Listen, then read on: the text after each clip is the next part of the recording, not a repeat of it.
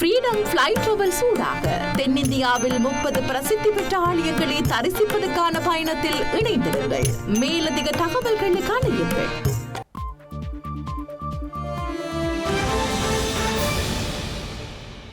வணக்கம். இது IBC தமிழின் இரவு நேர பிரதான செய்திகள். முதலில் தலைப்புச் செய்திகள்.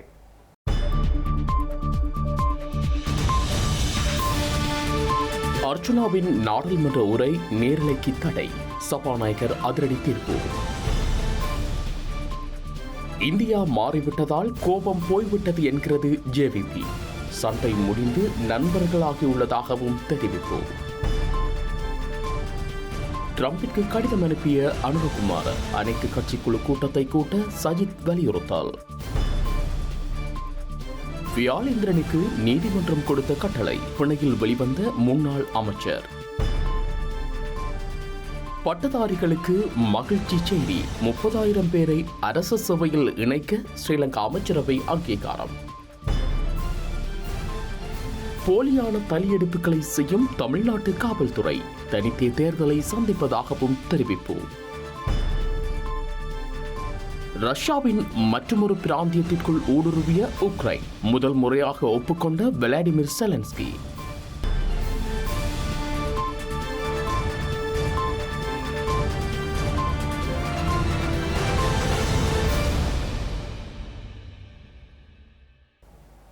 இனி விரிவான செய்திகள்.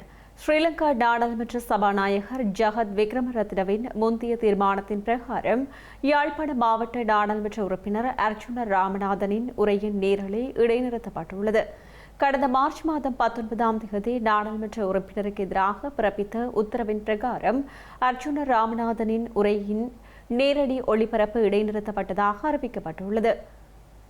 ஸ்ரீலங்கா சபாநாயகரால் நாடாளுமன்ற உறுப்பினர் அர்ச்சுனா ராமநாதனுக்கு எதிராக பல முறைப்பாடுகள் முன்வைக்கப்பட்டிருந்தன. இதன் அடிப்படையில் கடந்த மார்ச் மாதம் 20ஆம் தேதி முதல் 8 நாடாளுமன்ற அமர்வுகளுக்கு நாடாளுமன்ற உறுப்பினரின் உரைகளை நேரடி ஒளிபரப்பு செய்ய தடை விதிக்கப்பட்டது. இந்த நிலையில் இன்றைய தினம் அர்ச்சுனா ராமநாதனின் நாடாளுமன்ற உரையை இடைநிறுத்த நடவடிக்கை எடுக்கப்பட்டுள்ளது. நாடாளுமன்ற உரைகள் பதியப்படும் ஹன்சாட்டிலிருந்து அர்ச்சுனா ராமநாதனின் உரைகள் நீக்கப்படும் என கூறிய சபாநாயகர் இன நல்லிணக்கத்திற்கு தீங்கு விளைவிப்பதை தடுக்க இந்த தடை விதிக்கப்பட்டுள்ளதாக குறிப்பிட்டுள்ளார். நாடாளுமன்ற உறுப்பினர்கள், பெண்கள் மற்றும் சமயம் சார்ந்தவர்கள் உட்பட நாடாளுமன்றத்திற்கு வெளியே உள்ளவர்களுக்கு எதிராக தனது உரைகளின் போது நாடாளுமன்றத்திற்கு பொருத்தமற்ற வார்த்தைகளை பயன்படுத்தியதாக நாடாளுமன்ற உறுப்பினர் அர்ச்சுனா ராமநாதன் மீது பலமுறை குற்றம் சாட்டப்பட்டிருந்தமை குறிப்பிடத்தக்கது. ஸ்ரீலங்காவின் தற்போதைய அரசாங்கம் நாட்டை இந்தியாவிற்கு காட்டிக் கொடுத்ததாக கூறும் எவரும் அதை நிரூபிக்குமாறு சவால் விடுப்பதாக JVPயின் பொதுச் செயலாளர் டில்வின் சில்வா தெரிவித்துள்ளார். அனுரகுமார் திசநாயக்கவின் அழைப்பின் பேரில் இந்திய பிரதமர் இலங்கைக்கு வந்து 2 நாடுகளுக்கும் பயணிகளுக்கு பல பரஸ்பர ஒப்பந்தங்களில் கையெழுத்திட்டதாக அவர் குறிப்பிட்டுள்ளார். ஸ்ரீலங்கா ஜனாதிபதி அனுரகுமார் திசநாயக்க இந்தியாவுக்கு சென்று 2 நாடுகளுக்கும் பயனளிக்கும் பல ஒப்பந்தங்களில் கையெழுத்திட்டதாகவும் டில்வின் சில்வா சுட்டிக்காட்டியுள்ளார். இலங்கை இந்தியாவிற்கு மொத்தமாக கொடுக்கப்பட போகின்றது எனவும் தாமே மாறிவிட்டோம் எனவும் விமர்சிக்கப்படுவதாகவும் JVP பொதுச் செயலாளர் கூறியுள்ளார். கடந்த காலத்தில் JVP இந்தியாவுக்கு எதிராக போராடிய போதிலும் தற்போது இந்தியா மாறிவிட்டதால் அந்த நாட்டின் மீது கோபப்பட தேவையில்லை என அவர் குறிப்பிட்டுள்ளார். தாம் சண்டையிட்ட போதிலும் தற்போது அது முடிவுக்கு வந்துவிட்டதாகவும் 2 நாடுகளும் நண்பர்களாக இருக்க வேண்டும் எனவும் கூறியுள்ள டில்வின் சில்வா இதுவே அரசியல் எனவும் கூறியுள்ளார். அமெரிக்கா விதித்துள்ள தடைகள் தொடர்பாக அனைத்து கட்சிக்குழு கூட்டத்தை கூட்டுமாறு ஸ்ரீலங்காவின் எதிர்க்கட்சித் தலைவர் சஜித் பிரேமதாச அரசாங்கத்தை வலியுறுத்தியுள்ளார். ஸ்ரீலங்கா நாடாளுமன்றத்தில் இன்று உரையாற்றிய எதிர்க்கட்சித் தலைவர் அமெரிக்க வரி விதிப்பதில் பாதிக்கப்படக்கூடிய தொழில்துறையினரை பாதுகாக்க அரசாங்கம் உடனடியாக நடவடிக்கை மேற்கொள்ள வேண்டும் என கோரியுள்ளார். நாட்டின் கைத்தொழில் துறையில் கணிசமான பங்களிப்பை பெற்றுத்தரும் நுண், சிறிய மற்றும் நடுத்தர தொழில்துறையினர் எதிர்கொள்ளும் பிரச்சினைகளுக்கு தற்போதைய அரசாங்கம் உட்பட முன்னைய இந்த அரசாங்கங்களும் நிரந்தர தீர்வை பெற்றுக் கொடுக்கவில்லை. இலங்கை உட்பட பல நாடுகள் மீது அமெரிக்கா விதித்துள்ள பரஸ்பர தீர்வை வரி விதிப்பால் இந்த தொழில்துறையினர் மாத்திரமல்லாது ஒட்டுமொத்த தொழில்துறைகளும் தற்போது கடும் நெருக்கடியை சந்தித்து வருகிறது. எனவே நாட்டின் ஒட்டுமொத்த தொழில்துறையினரை பாதுகாப்பதற்கு தேவையான நடவடிக்கைகளை உடனடியாக மேற்கொள்ள வேண்டும். ஜனாதிபதி டிரம்பின் வரி கொள்கை தொடர்பில் அரசின் நிலைப்பாடு என்ன? பிரதமர் மோடியை சந்தித்த போது இந்திய சந்தையில் நமது நாட்டின் ஏற்றுமதிக்கு உள்ள தடைகளை நீக்குமாறு கோரிக்கை விடுத்தேன். அமெரிக்க வரி விதிப்பின் பாரதூரமான நிலைமை முழு நாட்டையும் பாதிக்கும் என்பதை சுட்டிக்காட்டினேன். இந்த பிரச்சினைகளுக்கு அரசாங்கத்தின் தீர்வு என்ன? இந்த வரி ஏப்ரல் 9 முதல் நடைமுறைக்கு வருகிறது. ஏதேனும் ஒரு வகையில் இது விதிக்கப்பட்டால் நமது நாட்டின் பொருளாதாரம் மந்த நிலைக்கு வந்து பொருளாதார ரீதியாக செயலற்ற நிலைக்கு வருவோம். எனவே எதிர்க்கட்சிகளைச் சேர்ந்த கட்சிகளையும் ஒன்றிணைத்துக் கொண்டு சர்வகட்சி மாநாட்டை நடத்தி தீர்வுக்கு வருமாறு யோசனை முன்மொழிகின்றேன். ஊழல் குற்றச்சாட்டுகள் தொடர்பாக கைது செய்யப்பட்டு விளக்கமறியலில் வைக்கப்பட்டுள்ள முன்னாள் அமைச்சர் எஸ் வியாழேந்திரன் கொழும்பு நீதவான் நீதிமன்றத்தால் பிணையில் விடுவிக்கப்பட்டுள்ளார். லஞ்சம் மற்றும் ஊழல் குற்றச்சாட்டுகளை விசாரிக்கும் ஆணைக்குழுவில் வாக்குமூலம் வழங்கிய பின்னர் கடந்த மார்ச் மாதம் 25 கைது செய்யப்பட்டிருந்தார். லஞ்சம் பெற்ற சம்பவத்திற்கு உதவியாக தெரிவித்து கைது செய்யப்பட்டு முன்னாள் ராஜாங்க அமைச்சர் நீதிமன்றத்தில் முன்னிலைப்படுத்தப்பட்டு இன்று வரை விளக்கமறியலில் வைக்கப்பட்டிருந்தார். இந்த நிலையில் எஸ் வியாழேந்திரனுக்கு எதிரான வழக்கு இன்று புதுக்கடை நீதவான் நீதிமன்றத்தில் விசாரணைக்கு எடுத்துக் கொள்ளப்பட்ட போது அவர் பிணையில் செல்வதற்கு நீதவான் அனுமதி வழங்கியுள்ளார். இலங்கை மீது அண்மையில் விதிக்கப்பட்ட வரிகளை குறைப்பதற்கான வழிகள் குறித்து அமெரிக்க ஜனாதிபதி டொனால்டு டிரம்பிற்கு ஜனாதிபதி அனுரகுமார திசாநாயக்கவுக்கு தனிப்பட்ட முறையில் கடிதம் எழுதியுள்ளார். ஸ்ரீலங்கா நாடாளுமன்றத்தில் இன்று உரையாற்றிய பொருளாதார அபிவிருத்தி பிரதி அமைச்சர் அனில் ஜயந்த பெர்னாண்டோ இந்த தகவலை வெளியிட்டுள்ளார். அமெரிக்க ஜனாதிபதியின் அலுவலகமான வெள்ளை மாளிகையும் ஜனாதிபதி அனுரகுமார் திசாநாயக்க அனுப்பிய கடிதத்தை அங்கீகரித்துள்ளதாக பிரதி அமைச்சர் அனில் ஜயந்த பெர்னாண்டோ தெரிவித்தார். அமெரிக்க ஜனாதிபதி டொனால்டு ட்ரம்ப் அறிவித்த பரஸ்பர வரிகளுக்கு பதிலளிக்கும் விதமாக புதிய அரசாங்கம் அமெரிக்காவுடனான வர்த்தக பற்றாக்குறையை குறைப்பதில் கவனம் செலுத்துவதாகவும் அவர் கூறியுள்ளார். புதிய ஜனநாயக முன்னணியின் நாடாளுமன்ற உறுப்பினர் ரவி கருணாநாயக்க இன்று நாடாளுமன்றத்தில் எழுப்பிய கேள்விக்கு பதிலளித்த பிரதியமைச்சர் கடந்த 5 ஆண்டுகளுக்கான தரவுகளின் பிரகாரம் அமெரிக்காவுடனான வர்த்தக பற்றாக்குறை 88% இருப்பதாக சுட்டிக்காட்டியுள்ளார். ஆடைகள், உணவு மற்றும் 3 ஏனைய பொருட்கள் அமெரிக்காவிற்கான மொத்த ஏற்றுமதியில் 85% உள்ளதாகவும் பொருளாதார அபிவிருத்தி பிரதியமைச்சர் குறிப்பிட்டார். உள்ளூர் வணிகங்கள் மீதான வரிகளின் பாதகமான தாக்கத்தை குறைக்க தற்போதைய அரசாங்கம் முன்னெச்சரிக்கை மற்றும் எதிர்வினை நடவடிக்கைகளை எடுத்ததாக அனில் ஜயந்த் பெர்னாண்டோ கூறியுள்ளார். அமெரிக்க வர்த்தக பிரதிநிதிகள் அலுவலகத்துடன் இன்று இரவு மற்றொரு சுற்று பேச்சுவார்த்தை நடைபெறும் எனவும் பிரதியமைச்சர் சுட்டிக்காட்டியுள்ளார். அமெரிக்காவிற்கான ஸ்ரீலங்காவின் தூதுவர் இந்த ஆண்டு பிப்ரவரி முதல் ட்ரம்பின் நிர்வாகத்துடன் தீவிரமாக விவாதித்து வருவதாகவும் ஸ்ரீலங்காவின் பொருளாதார அபிவிருத்தி பிரதியமைச்சர் மேலும் குறிப்பிட்டுள்ளார். ஸ்ரீலங்காவின் ஆட்சி அதிகாரத்தை தாம் பொறுப்பேற்ற போது திரைசேரி $20 மில்லியன் மாத்திரமே கையிருப்பாக கொண்டிருந்ததாக தெரிவித்த கருத்து குறித்து தொழிற்கல்வி பிரதி அமைச்சர் நளின் ஹேவகே கடுமையான விமர்சனத்திற்கு உள்ளாகியுள்ளார். உள்ளூராட்சி தேர்தலுக்கான பரப்புரை கூட்டத்தில் உரையாற்றிய பிரதி அமைச்சர் திரைசேரி கையிருப்பை தமது அரசாங்கம் $6.19 பில்லியன் உயர்த்தியதாக அவர் குறிப்பிட்டுள்ளார்.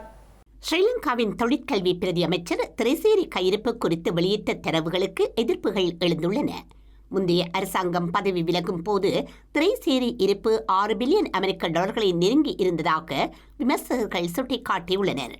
தேசிய மக்கள் சக்தி அரசாங்கம் பொறுப்பேற்ற போது சமையல் எரிவாயு மற்றும் எரிபொருள் விநியோகமும் இருக்கவில்லை என்ற கருத்தையும் சமூக வலைதள பயனர்கள் விமர்சித்துள்ளனர். தமது அரசாங்கத்தில் உள்ள பிரதி அமைச்சர் நளின் ஹேவகே வெளியிட்ட தரவுகளில் தவறுகள் காணப்படுமாயின் அதனை ஏற்றுக்கொள்வதாக ஸ்ரீலங்காவின் அமைச்சரவை ஊடக பேச்சாளரான அமைச்சர் நளிந்த ஜெயதிச தெரிவித்துள்ளார்.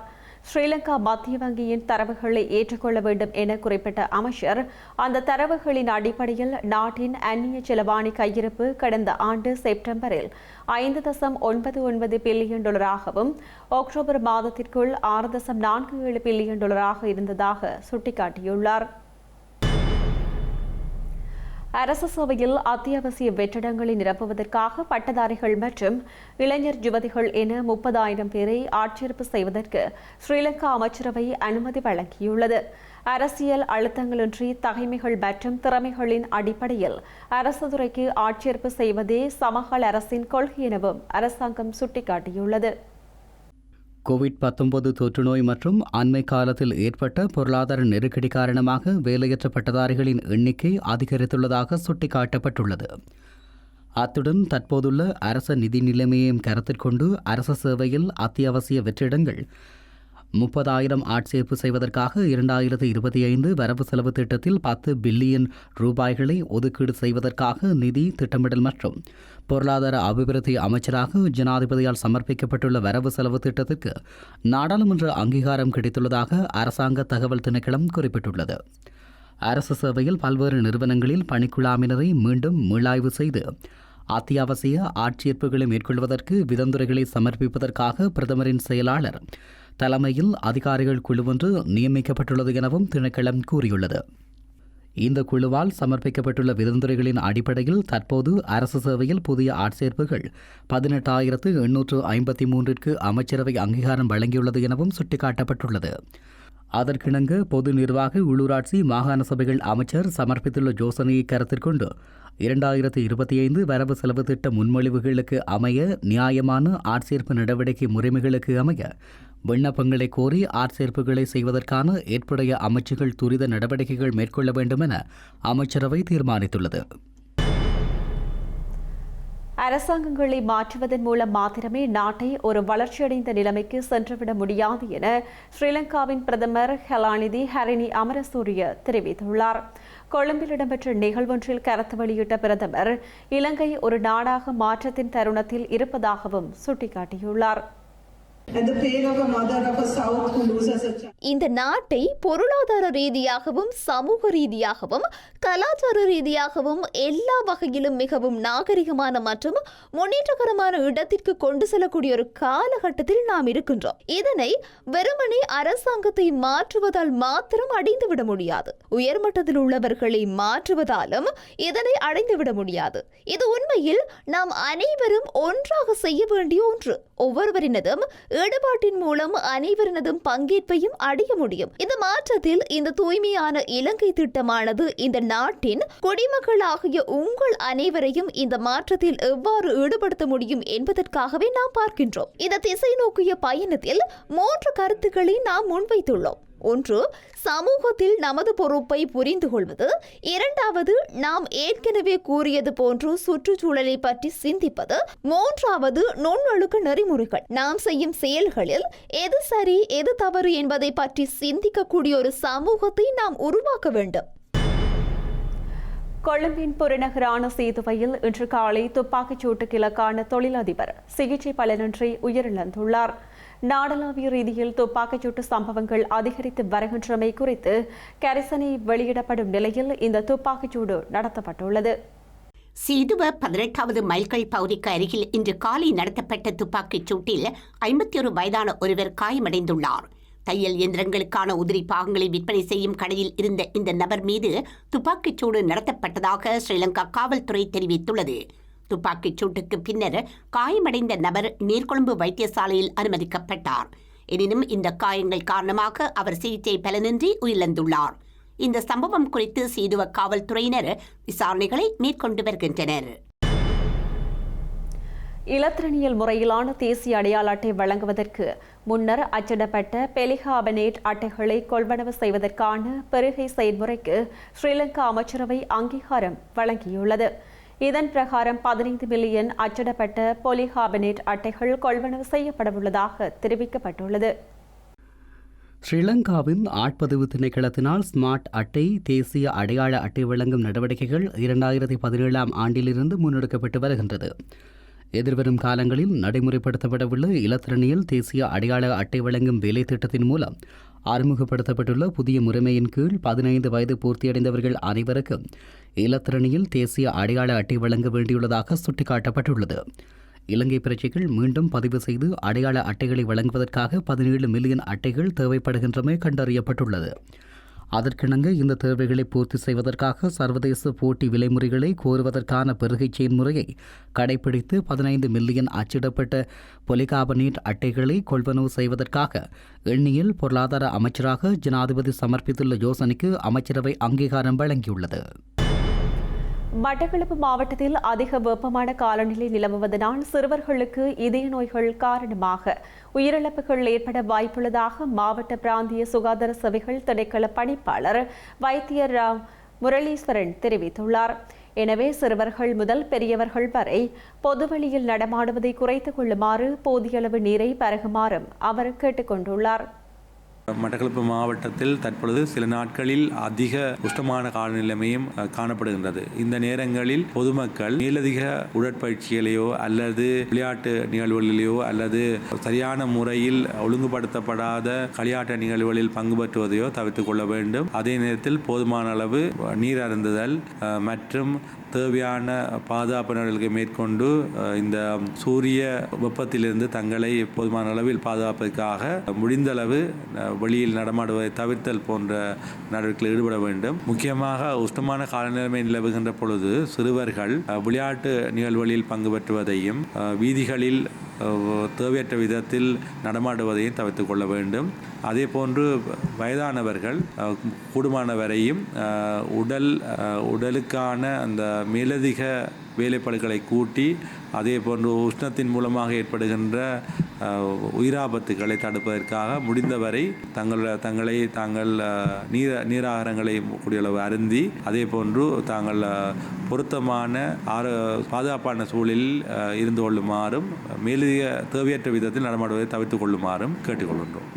பொதுமக்களுக்கு முக்கியமாக சிறுவர்களுக்கு நீரிழப்பு ஏற்படுவதன் மூலமாக அவர்கள் மயக்கம் ஏற்படுதல் மற்றும் அவர்களுக்கு இதயம் சம்பந்தமான பிரச்சனைகள் ஏற்படுதல் இது தவிர சில வேளைகளில் சூரிய தாக்குதலால் உயிரிழப்புகள் கூட ஏற்படுகின்ற ஒரு அபாயம் காணப்படுகின்றது. ஆகவே முடிந்தவரை அவர்கள் தங்களுடைய ஆசிரியர்களின் சுகாதார உத்தியோகத்தர்களின் வழிகாட்டுதலின்படி உஷ்ண வெப்ப நிலைமைகளின் பொழுது தங்களுடைய நடவடிக்கைகளை சீரமைத்துக் கொள்ளுதல் சிறப்பானதாக இருக்கும்.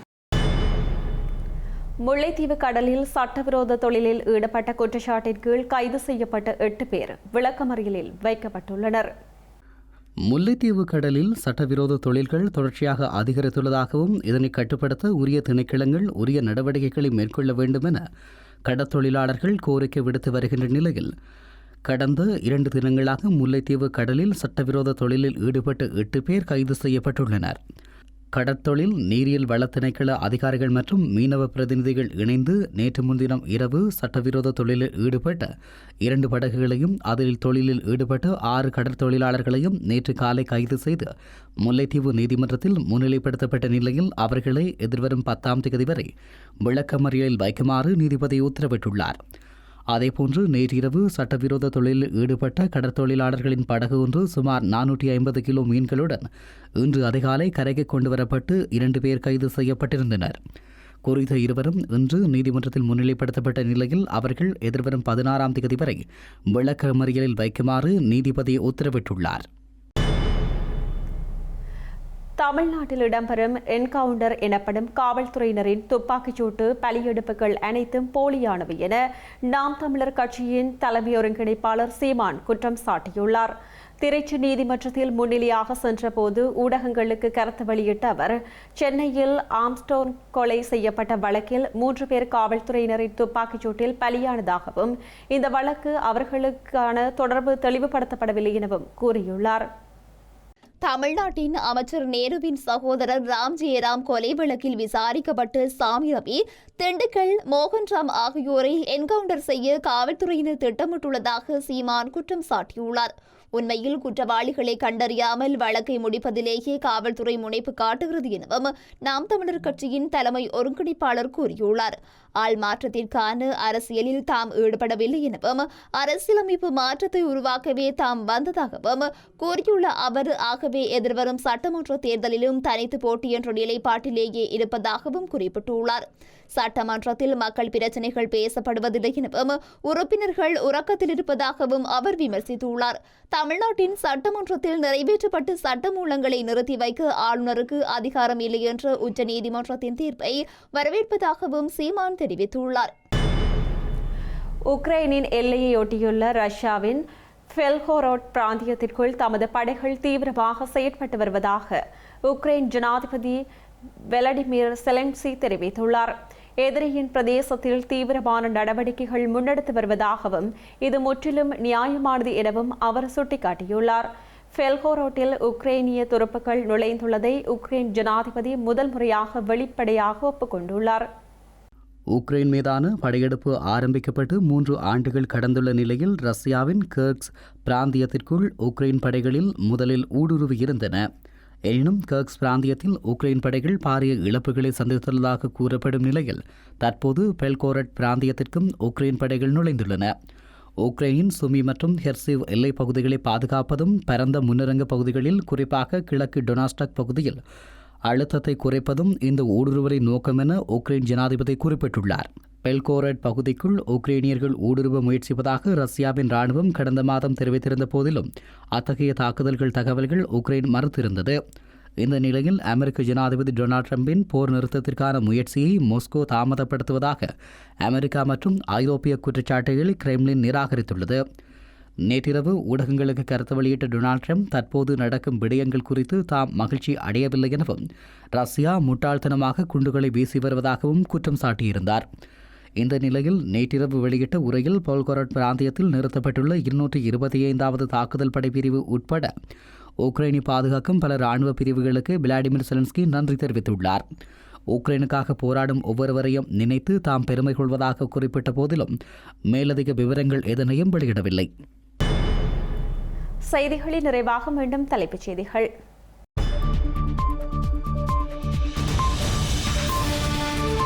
அர்ச்சுனாவின் நாடாளுமன்ற உரை நேரலைக்கு தடை, சபாநாயகர் அதிரடி தீர்ப்பு.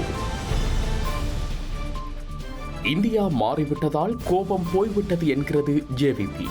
சண்டை முடிந்து நண்பர்களாகியுள்ளதாகவும் தெரிவிப்பு. ட்ரம்பிற்கு கடிதம் அனுப்பிய அனுரகுமார், அனைத்து கட்சிக்குழு கூட்டத்தை கூட்ட சஜித் வலியுறுத்தல்.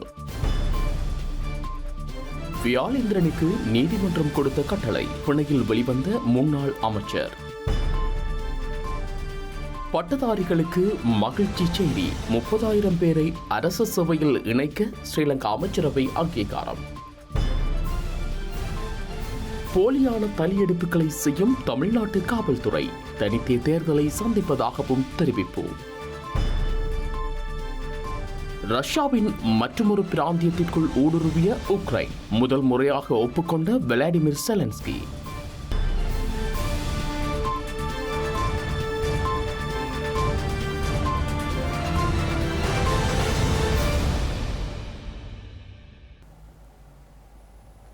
இத்துடன் ஐபிசி தமிழின் இரவு நேர பிரதான செய்திகள் நிறைவு பெற்றன. உடனுக்குடன் செய்திகளை அறிந்து கொள்ள ibctamil.com என்ற நமது இணையதளத்தை பார்வையிடுங்கள். வணக்கம்.